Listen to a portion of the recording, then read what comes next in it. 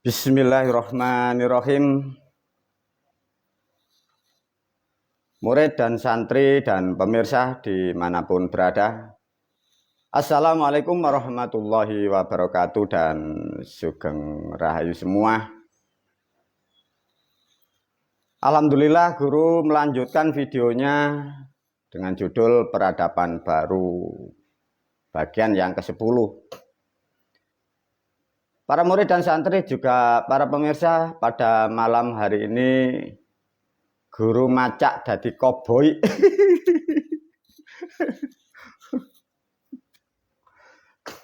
Gurumu dadi belantik dina iki ya, keren. Sebelum dilanjutkan banyak hal, terutama menerangkan peradaban yang akan datang. Untuk memulai peradaban yang akan datang, dimulai dari peradaban sejak mulai rusaknya peradaban itu sendiri. Para pemirsa, sebelum banyak diberi pemahaman kembali oleh guru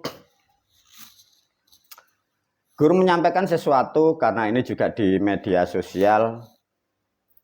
Guru menganalisa kepada netizennya atau kepada followernya ya. Artinya netizen atau follower guru ini dibagi dua akhirnya. Pecah jadi dua para pemirsa. Jadi yang satu yang mempunyai kesadaran atau yang sudah mendapatkan pemahaman dan pengertian yang baru, bila mendengar atau melihat video guru selalu tersenyum dan tertawa berbahak-bahak. Begitu sekilas tahu video guru. Lantas untuk follower yang satu, bagi yang belum tersadarkan, kalau lihat video guru lewat berandanya, hatinya itu berkeluh kesah, dancuk bolak-balik wong iki ae.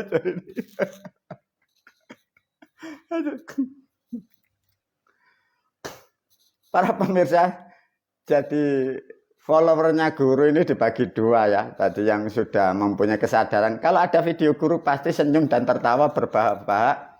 Selalu ingat nasihat guru, selalu ingat wejangan guru. Namun kembali lagi yang belum tersadarkan, yang pikirannya masih terkungkung seperti dalam peribahasa kata dalam tempurung, kalau lihat video guru lewat TikTok, lewat berandanya tuh, apa komentarnya? Dancuk bolak-balik wong iki ya seru. Ayo para murid dan santri diajak berpikir, diajak menganalisa tentang suatu kehidupan. Para pemirsa, usia Anda di luar sana campur.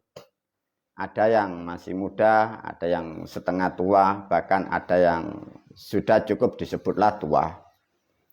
Sering kita mendengar dan pun juga kita menyadari bahwa kehidupan di dunia dari orang-orang terdahulu, dari orang-orang tua kita memberi peribahasa, di dunia ibaratnya mampir lan ngombe. Dengan sadar dan tidak sadar, terutama kita yang sudah mulai mampu menganalisa tentang kehidupan dan kita sudah menggunakan kesadaran kita pun menyadari bahwa di dunia ini seakan-akan begitu sangat singkat ya para pemirsa. Tahu-tahu keberadaan fisik kita sudah tua, tahu-tahu catatan angka usia kita pun sudah begitu banyak. Sehingga kita sedikit banyak mempunyai ukuran batas finish atau batas aktif dari usia kita yang ada di dunia. Sehingga sadar dan tidak sadar kita yang sudah tua pun menyadari begitu singkatnya di alam dunia ini. Dengan kesadaran, terutama kita yang sudah usianya rata-rata di atas 50 para pemirsa, bagi yang Anda belum sampai di situ belum begitu sadar ya, karena Anda masih sibuk dengan tanggung jawab, dengan ekonomi, dengan ribet dan susahnya urusan Anda, salahmu sendiri. Maka guru memberi kesadaran. Jadi begitulah sangat singkat kehidupan di dunia. Tahu-tahu kita sudah tua, tahu-tahu kadang fisik ini pun sudah tidak seperti masa-masa lampau. Yang harus kita pikirkan apa? Dari kesadaran bahwa kita di dunia adalah sangat singkat, dan tidak begitu lama tahu-tahu berasa sudah tua. Para pemirsa, sadarkan diri Anda masing-masing. Kalau toh kita menyadari bahwa kita di dunia hanyalah sebatas itu dan sesingkat itu. Alangkah nistanya, alangkah ruginya manusia seperti itu. Lahir di bumi Pancasila, lahir di negara yang besar, lahir di negara yang luas. Enak itu pun belum pernah merasakan. Basa Jawane soge gorong tahu, wis mati. Lah kayak gila ini. Para murid dan santri coba. Orang tua kita ini udah banyak ya. Orang-orang di atas kita lahirnya di bumi Pancasila, di negara yang subur, di negara yang sangat luas. Makmur belum, enak belum, kaya belum, gorong soge, soge ya gorong, sudah mati, sudah meninggal dunia itu sudah ratusan juta. Kira-kira konyol atau enggak para pemirsa? Coba analisa. Kita ini dilahirkan, kita ini diturunkan dari alam gaib, turun di alam kasar lewat rahim orang tua, turun di suatu negara, sebenarnya ini negara yang luas dan makmur. Namun faktanya banyak orang tua kita, nenek kakek kita, dan orang-orang terdahulu dari negara yang makmur, yang subur. Faktanya di dunia ini loh, enak belum, sukses belum, makmur belum, suge dorong wis mati. Lebih konyol lagi, lahir di bumi Pancasila yang subur, makmur, gemah ripalo jinawi. Lahir di bumi Pancasila, kalian diperbudak oleh agama. Gila lagi. Coba para murid dan santri. Lihatlah orang-orang tua kita, anggap aja 200 tahun sampai sekarang aja, enggak usah ngomong yang mundur. Lahir di bumi yang luas seperti ini, negara yang subur, carut marut, soge dorong wis mati. Di dunia belum enak, diperbudak dari agama, katanya tuntunan dari Tuhan. Gila coba. Sudah diperbudak dari agama, mendapatkan janji surga dan pahala. Soge dorong wis mati. Dia mati meninggalkan hutang. Coba gila ndak? Bumi yang seluas ini, negara yang seluas ini, pemimpinnya yang tidak bisa mengatur rakyat dan umatnya, saling tipu dan menipu, saling akal dan mengakali, jegal menjegal, sehingga rakyat dan umatnya soge dorong wis mati.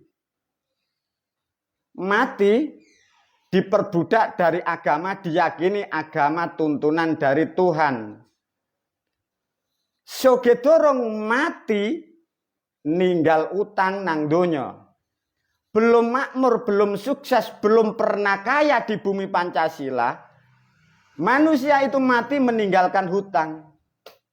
Lebih parah lagi, di alam kubur disuruh nyauri utangnya. Gila. Coba. Para murid dan santri coba. Gila manusia itu coba.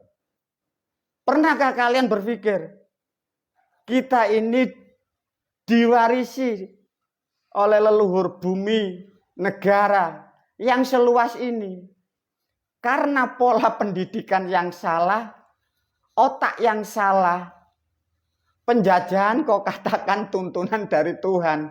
Maka rakyat kita banyak rata-rata dan orang-orang tua kita yang sudah pada meninggal. Belum kaya, kaya belum, sukses, makmur belum. Dijajah mulai lahir sampai mati. Mati meninggal hutang. Dikubur itu loh, di alam kubur. Hutangnya masih disuruh nyaur. Kan begitu perintahnya agama kita. Gila enggak para pemirsa? Lah lantas gimana gurunya? Enggak tahu. Subhanallah.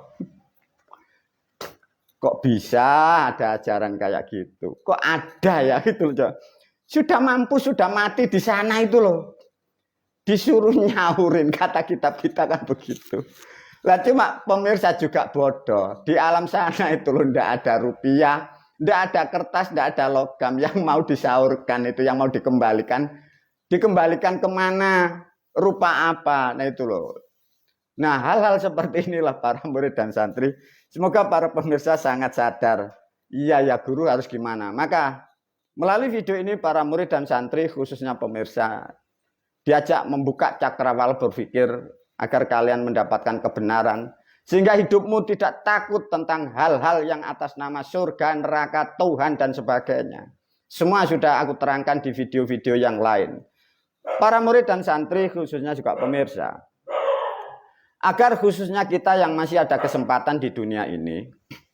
Jangan sampai belum pernah enak. Jangan sampai belum sukses. Jangan sampai belum sedikitlah disebut kaya. Jangan sampai mati meninggalkan hutang.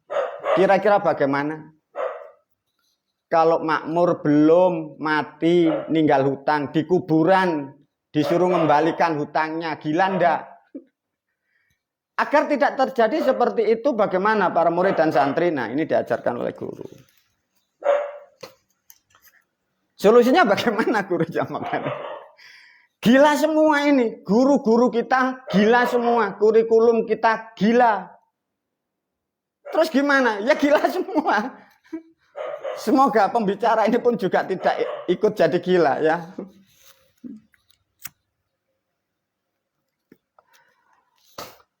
Kerusakan, kesalahan, kesusahan dari mana? Semua sudah aku terangkan para murid dan santri. Kembali kepada substansi guru mengajak berpikir. Negara kita sesungguhnya negara yang sangat luas dan lebar.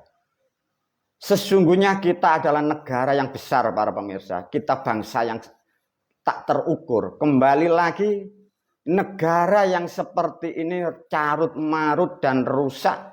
Dirusak dari sistem namanya agama. Itu problemnya di situ.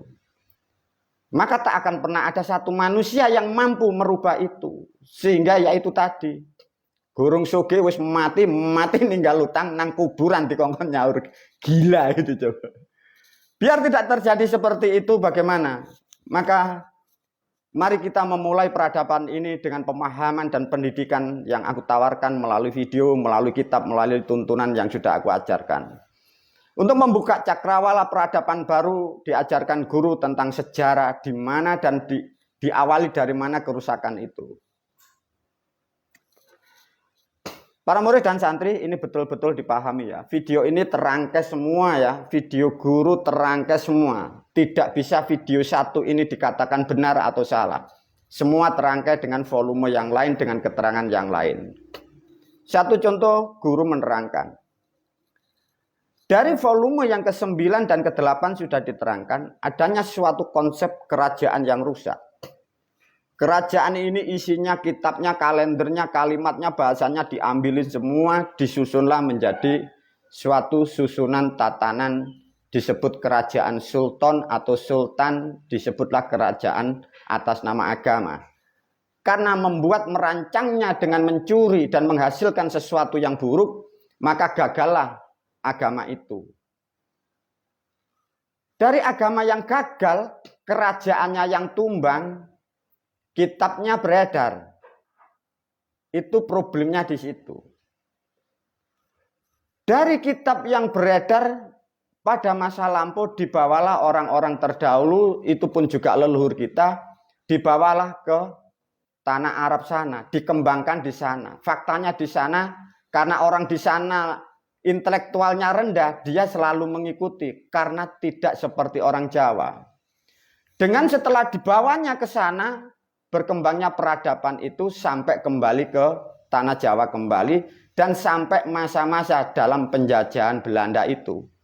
Nah, disitulah mulai bermain dan dimainkan sesuatu sistem namanya agama yang kemarin sampai ini hari yang kalian yakini kok kira petunjuk. Sebenarnya itu bukan petunjuk dari Tuhan, para pemirsa. Diajarkan oleh guru. Bismillahirrahmanirrahim. Semoga kalian tercerahkan. Semoga kalian dimampukan memahami pemahaman ini. Satu contoh para pemirsa. Tatkala kerajaan di Majapahit ini rusak, sistemnya rusak, dibuatlah permainan baru. permainan di situ yang membuat para murid dan santri itu pun leluhur kita. Saya terangkan lebih detail agar kalian paham dan pemirsa paham. Guru memastikan dalam menyusun suatu agama, terutama agama Islam, itu ada ilmunya. Yang menyusun itu adalah manusia pilihan, orang-orang yang dijawab, orang-orang yang berkualitas, manusia pilihan, manusia yang sakti mandraguna. Itu pun tidak hanya 1, 2, sampai 10. Itu sampai berpuluh-puluh masa lampau itu. Maka guru memastikan tatkala sistem itu yang membuat atau yang merancang dari leluhur kita Jawa, guru memastikan seluruh dunia tak akan pernah mampu mengalahkan atau membuka hal-hal permainan seperti itu. Karena kemampuan kecerdasan leluhur kita melebihi rata-rata manusia. Maka kurang lebih 1400 tahun, agama yang kita yakini tak akan pernah ada yang mampu dari mana asalnya dan siapa yang membuat, strukturnya bagaimana, dibolak-balik pun manusia tak akan pernah mengerti. Artinya yang bisa mampu atau yang dimampukan untuk membuka itu tetap harus dari Jawa. Tapi para pemirsa harus paham ya. Kalau toh dari awalnya puluhan orang-orang itu yang sakti mandraguna, mempunyai kekuatan, baik jabatan, status, harta, dan benda. Kalau 1 tahun itu yang menyusun, yang mengatur, yang merancang, yang mengembangkan, 1 tahun anggap saja minimal 10 orang. Per tahun ditambahi ada orang bikin lagi. Kalikan 1400 tahun. Artinya berapa roh yang memperkuat sistem yang tidak benar itu. Maka tak akan pernah ada satu manusia pun yang bisa mengupas, mengorek. Kenapa? Dari kemampuan jutaan orang menyusun strategi yang tidak baik itu. Semua bila terkupas itu adalah rahmat dari yang maha pemurah lagi maha penyayang. Dengan demikian guru menyampaikan bersyukurlah tatkala kalian sadar dan mengerti dari mana awalnya agama itu disusun. Satu contoh para murid dan santri diajarkan dulu. Guru mengukur cara berpikir para pemirsa dimanapun berada. Cara mengukurnya gampang para murid dan santri. Menurut kalian semua, bagi santri yang baru atau pemirsa yang baru, menurut Anda yang disebut atau agama Islam yang menciptakan atau yang membuat, menurut Anda siapa?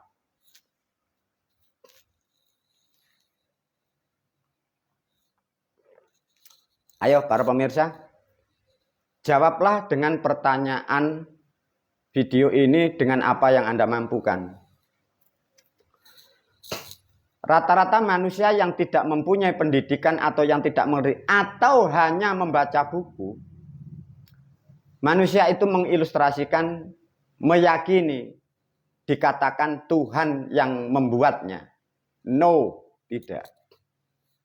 Apa-apa yang ada di dunia semua adalah karya manusia, para pemirsa. Yang disebut, yang kau yakini, yang kalian sebut Tuhan, itu tidak mempengaruhi apa-apa yang ada di dunia. Karena manusia tidak memahami sejarah peradaban, tidak mampu mengkupas dari alam semesta, sehingga manusia berhayal, barangkali Tuhan yang membuatnya. Kembali lagi kepada substansi. Islam itu dari Jawa para pemirsa. Kalau toh manusia, saya didik kalian ya. Kalau kalian yang di luar sana meyakini, mengimani bahwa Islam ini yang membuat atau yang mencipta adalah Allah. Saya ajarkan cara berpikir. Islam adalah ada bahasanya. Islam ada aturannya. Islam ada ilmunya. Kalau manusia meyakini bahwa yang membuat, yang menciptakan Islam itu Allah. Dan Allah diberi nilai status Tuhan. Pertanyaan lebih dalam. Sesuatu disebut Tuhan itu karena apanya, para pemirsa? Manusia meyakini atau mengiyakan atau mengimani. Disebut Tuhan karena mempunyai kekuasaan atau mempunyai ilmu. Pernahkah para pemirsa berpikir atau memahami bahwa ilmu Islam dan bahasa Islam itu berada di dunia dan awalnya itu bahasa Jawa? Apakah mungkin Tuhan yang di langit itu belajar bahasa sastra di Jawa? Cara berpikirnya seperti itu.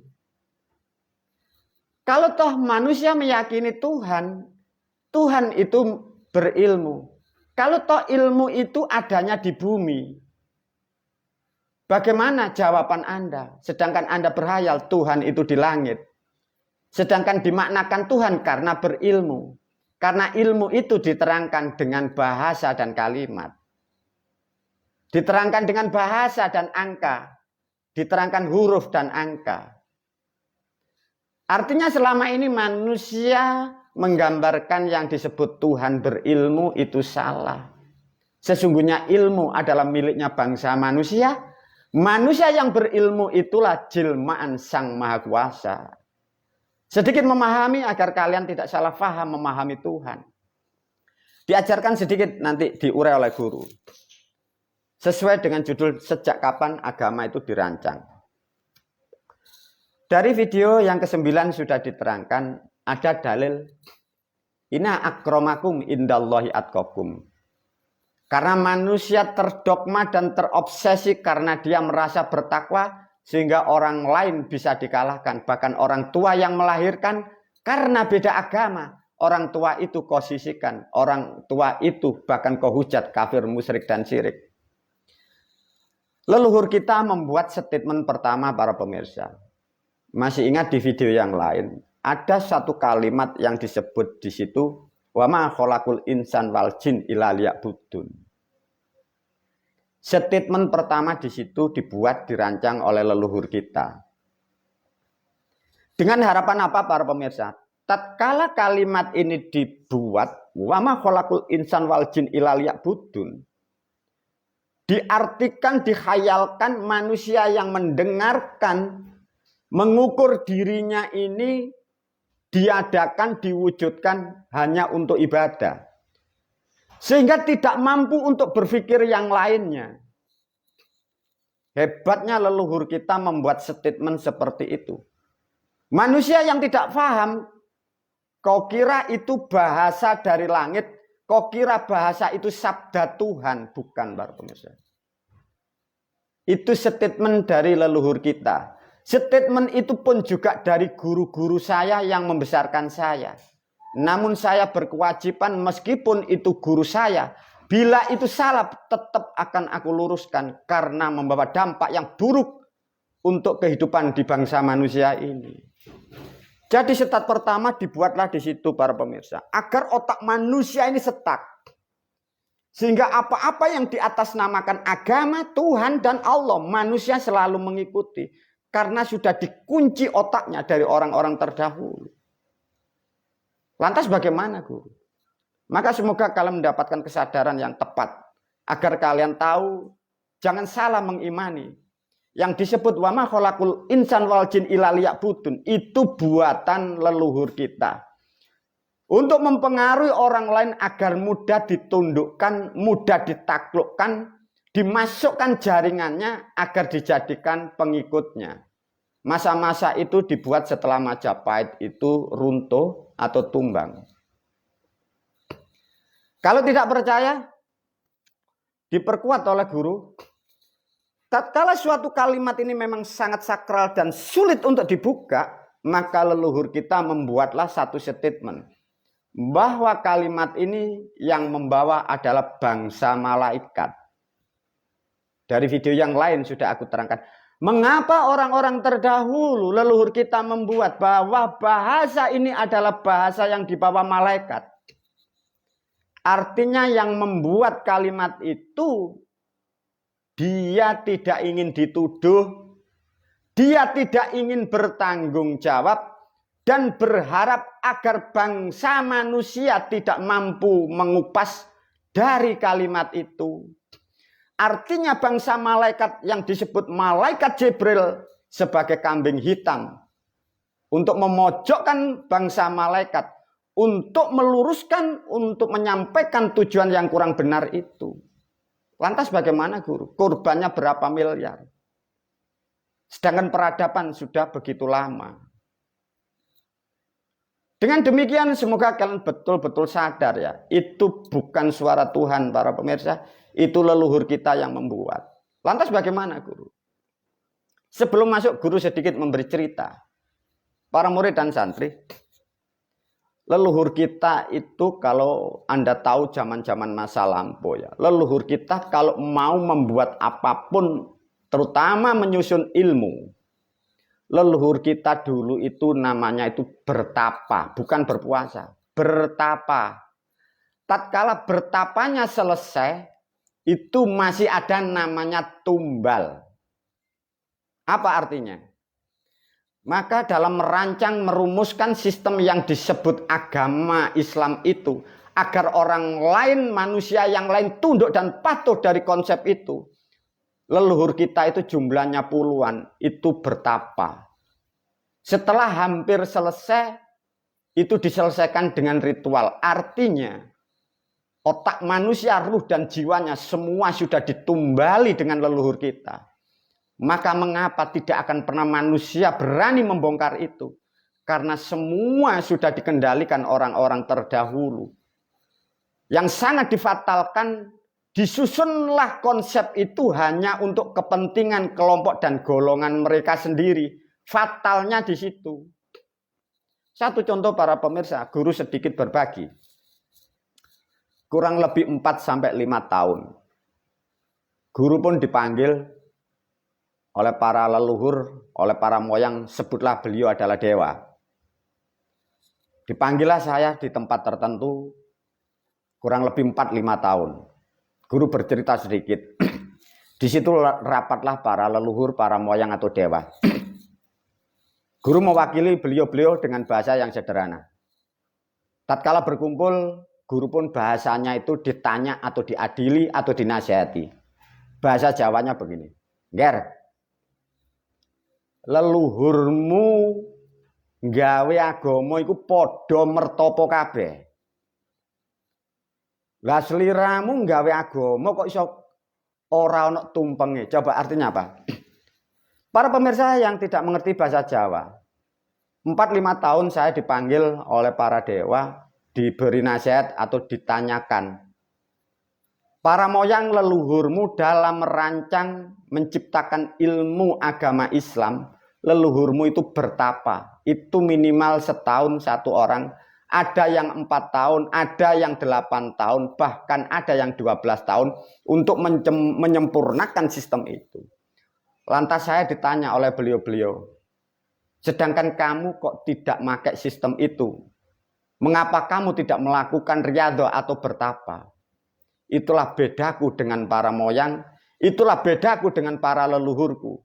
Meskipun leluhur dengan cara susah payah seperti itu, dengan semudah ini dan segampang ini, atas berkat rahmatnya Sang Ilahi, aku diberi kemudahan, sehingga pun aku tidak terlalu sulit untuk menyampaikan hal-hal seperti ini.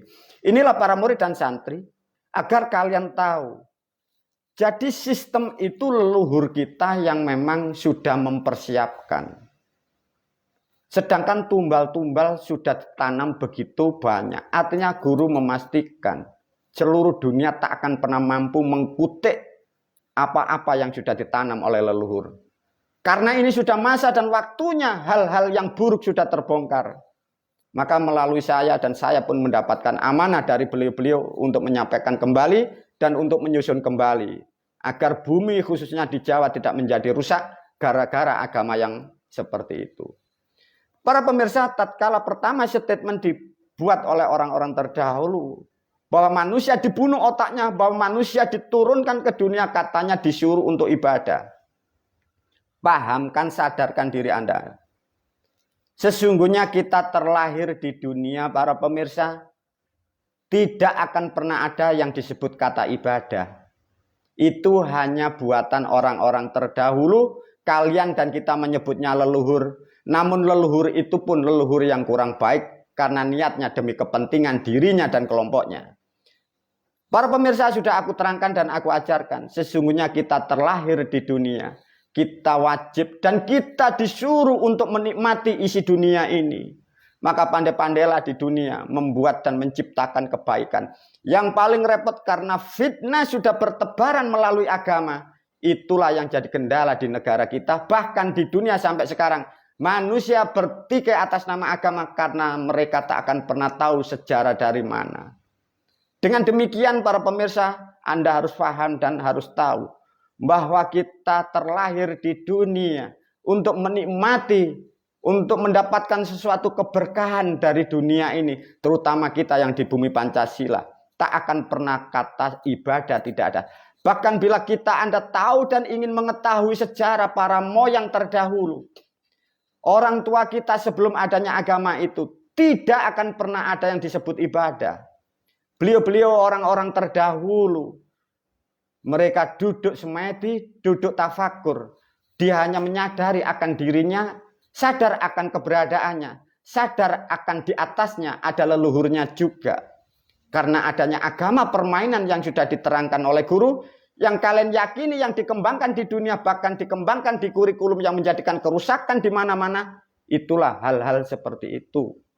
Para murid dan santri, kalian sedikit sudah mulai mengerti substansi dari bahasa yang satu, inna akramakum, bahwa manusia dijanjikan yang bertakwa itu mendapatkan di sisi Tuhan.